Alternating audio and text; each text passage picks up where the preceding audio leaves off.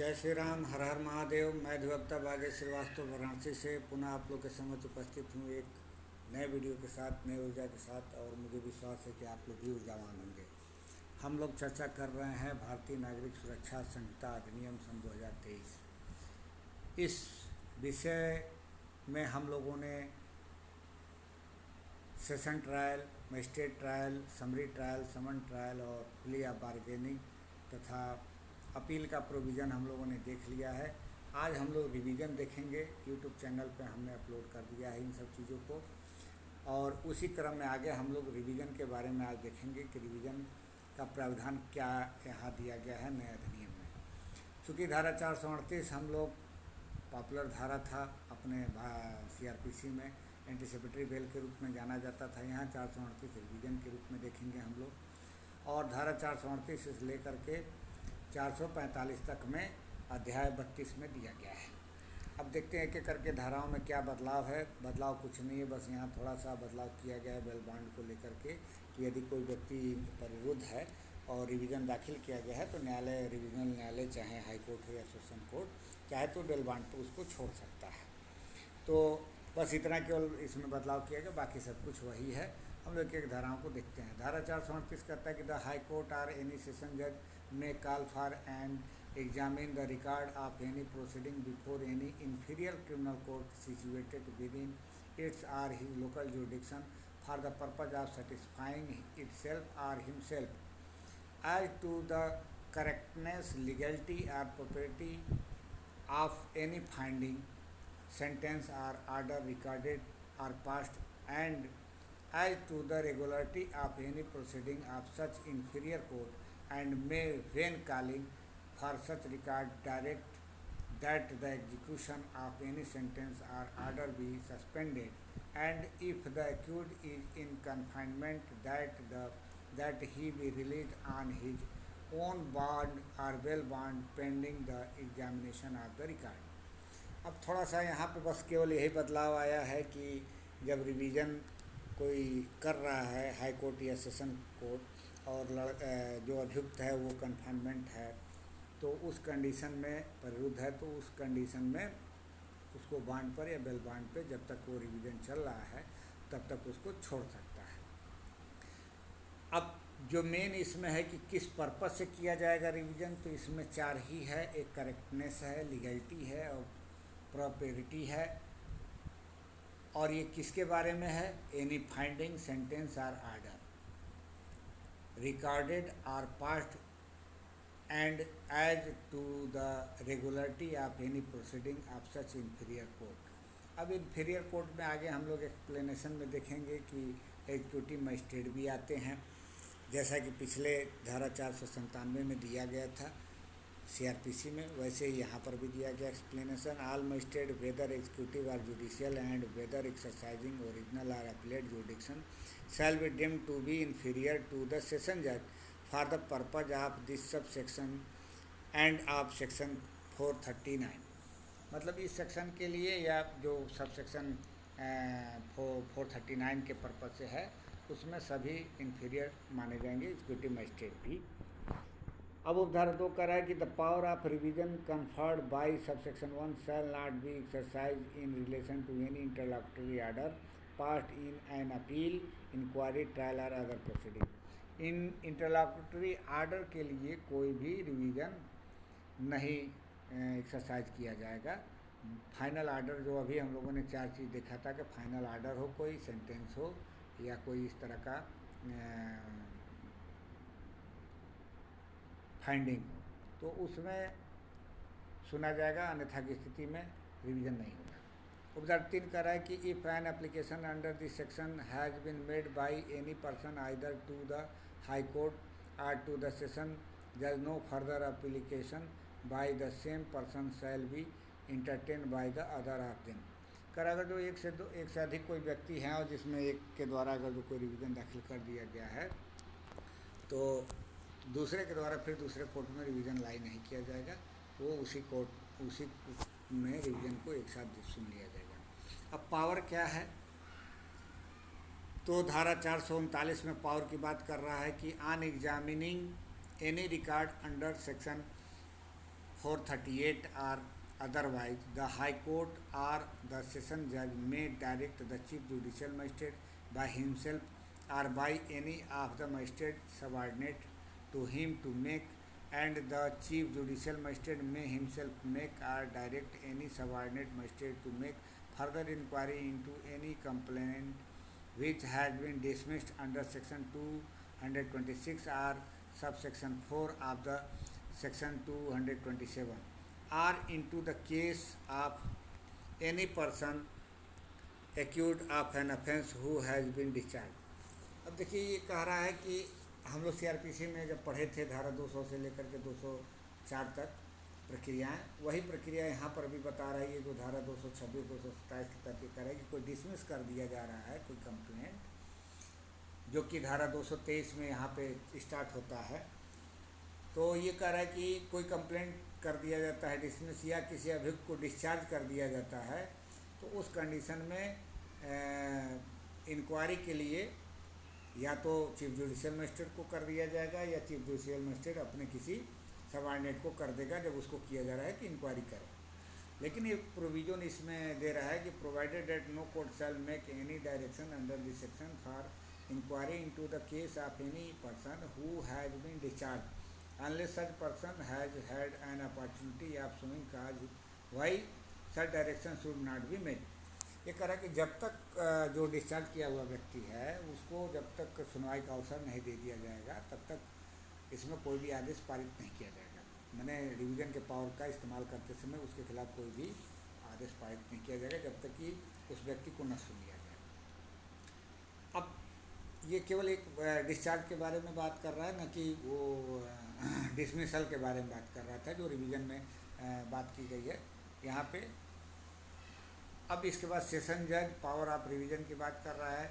कि सेशन जज को क्या पावर होगा, तो धारा 440 में सेशन जज के बारे में बात कर रहा है कि direct in the case of any proceeding the record of which has been called for by himself और सेशन जज मे एक्सरसाइज ऑल आर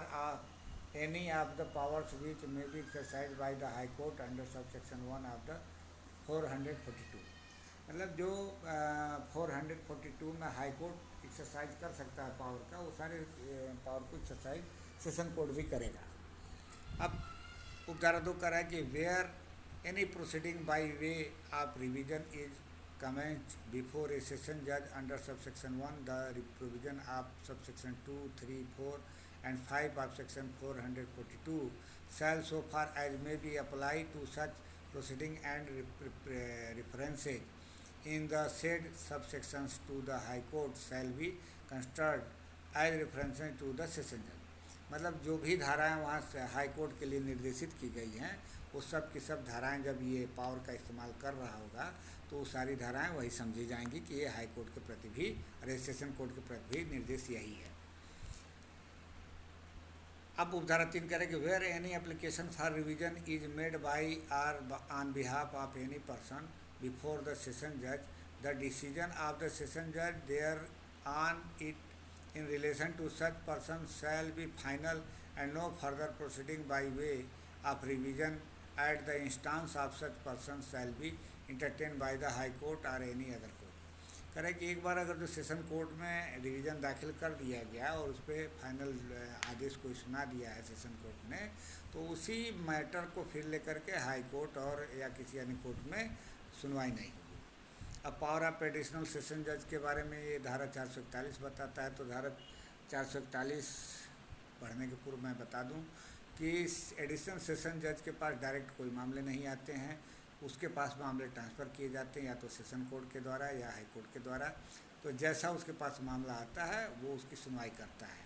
तो अगर रिवीजन कोई उसके पास आता है सेशन जज के माध्यम से, तो यहाँ पे धारा 441 यही कह रहा है कि एन एडिशनल सेशन जज shall have and may exercise all the powers of the session judge under this chapter in respect of any case which may be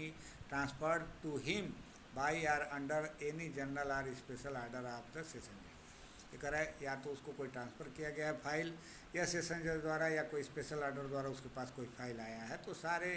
power का इस्तेमाल करेगा जो सेशन जज करता है। अब हाई कोर्ट के बारे में बता रहा है कि high courts power of revision, high courts के पास क्या पावर है रिवीजन का। अभी जो हम लोग पूर्व में पढ़े हैं कि सेशन कोर्ट पूरा प्रयोग करेगा हाई कोर्ट का पावर धारा 442 में, वही सब पावर इसमें दिए गए हैं।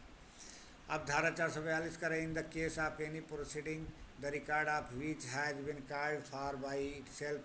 Are which otherwise comes to the knowledge,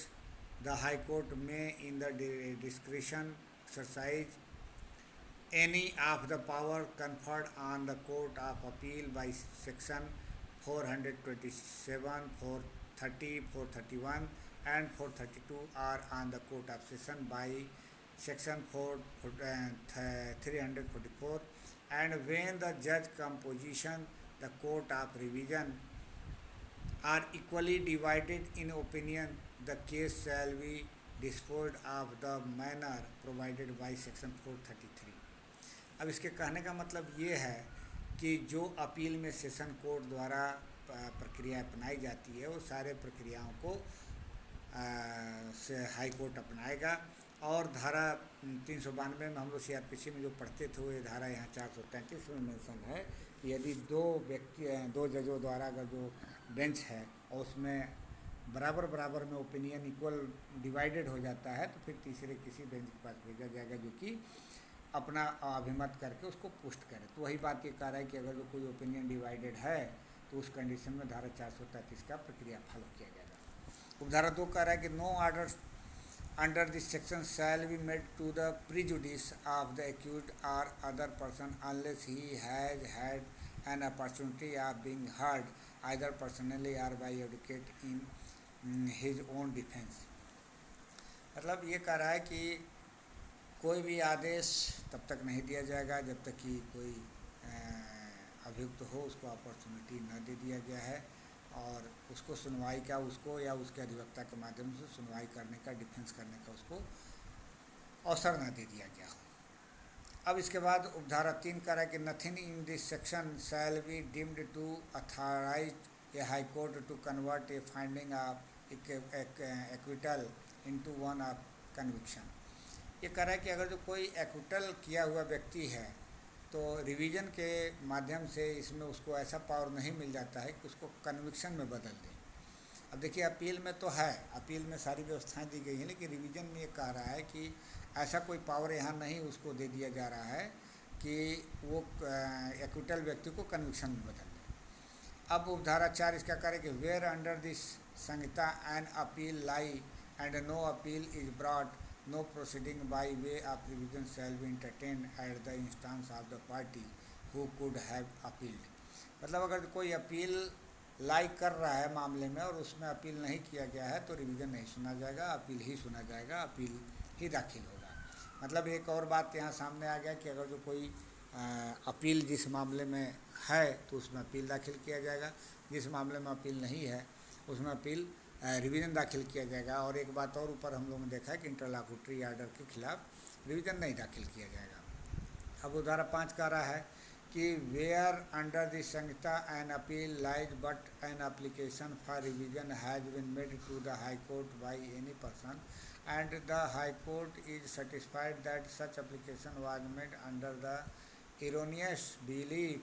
that no appeal lie thereto and that it is necessary in the interest of justice so to do, the High Court may treat the application for revision as a petition of appeal and deal with the same accordingly। ये कह रहा है अगर जो कोई व्यक्ति ऐसा है जो कि रिवीजन दाखिल कर दिया है लेकिन उसमें अपील ही लाई कर रहा है और उसको यह बात नहीं पता है और इस अज्ञानता के साथ उसने दाखिल किया है, तो हाई कोर्ट उस मामले में उस रिवीजन को ही अपील मान लेगा और अपील के रूप में ट्रीट करेगा। अब यहाँ देखा जाए कि power of high court to withdraw transfer revision cases. अब कोई रिवीजन केस आ रहा है तो उसके पास क्या पावर है ट्रांसफ़र करने का और विड्रा करने का। तो धारा 443 कह रहा है कि whenever one or more person convicted at the same trial makes or make application to a high court for revision and any other person convicted at the same trial makes an application to the session judge for revision। मतलब एक से अधिक कोई व्यक्ति है और उसमें एक व्यक्ति हाई कोर्ट में रिवीजन दाखिल कर दिया और एक व्यक्ति सेशन कोर्ट में दाखिल कर दिया जो कि सेम ट्रायल में कन्विक्शन किया गया है। उस कंडीशन में करेगा the high court shall decide, अब हाई कोर्ट डिसाइड करेगा having regard to the general convenience of the parties and the importance of the questions involve. अब जो क्वेश्चन इन्वॉल्व है उसके महत्व को देखते हुए और जनरल कन्वीनियंस को, पार्टी को देखते हुए हाई कोर्ट डिसाइड करेगा कि which of the two courts should finally dispose of the application for revision and when the high court decide that all the application for revision should be dispose of by itself, या तो खुद अपने से वो सुन करके decide करे, या the high court shall direct that the application for revision pending before the session judge be transferred to itself, अपने पास वो मंगा ले, या and where the high court decided that it is not necessary for it to dispose of the application for revision, it shall direct that the application for revision made to it be transferred to the session judge, या तो खुद transfer कर देगा session जज को कि तुम ही सुनो, हमारे लिए बहुत ही आवश्यक नहीं दिख रहा है, तो हम सुन करके इसको फाइनल करो। अब उपधारा 2 कर है कि whenever any application for revision it is transfer to the high court that court shall deal with the same as if the where an application duly made before itself. अगर कोई revision transfer किया जाता है high court द्वारा, तो जो इस न्यायालय को ट्रांसफ़र किया गया है वो वैसे ही डील करेगा जैसे कि उसके सामने ही रिवीजन उसी के पटल पर दाखिल किया गया है। तीसरा उदाहरण करें कि whenever any application for revision is transferred to the session जज दैट जज शैल deal with the same as if it where an application duly made before himself. वो अगर जो सेशन जज के पास ट्रांसफ़र किया जा रहा है फाइल को रिवीजन सुनने के लिए सेशन हाई कोर्ट द्वारा, तो वो उसी प्रकार डील करेगा जैसे कि मानो उसी के समक्ष वह रिवीजन पेश किया गया था। चौथा उदाहरण करें कि where an application for revision is transferred by the high court to the session जज, no further application for revision shall lie to the high court और to any other court at the instance of the person और persons whose application for revision have been disposed of by the session judge। अब ये कह रहा है कि अगर जो कोई हाई कोर्ट द्वारा ट्रांसफ़र किया गया रिवीजन फाइल सेशन जज को सुनने के लिए दिया गया है और फिर भविष्य में कोई उसी मामले में ऐसा नहीं है कि फिर से जो है रिवीजन के लिए हाई कोर्ट में जाएगा,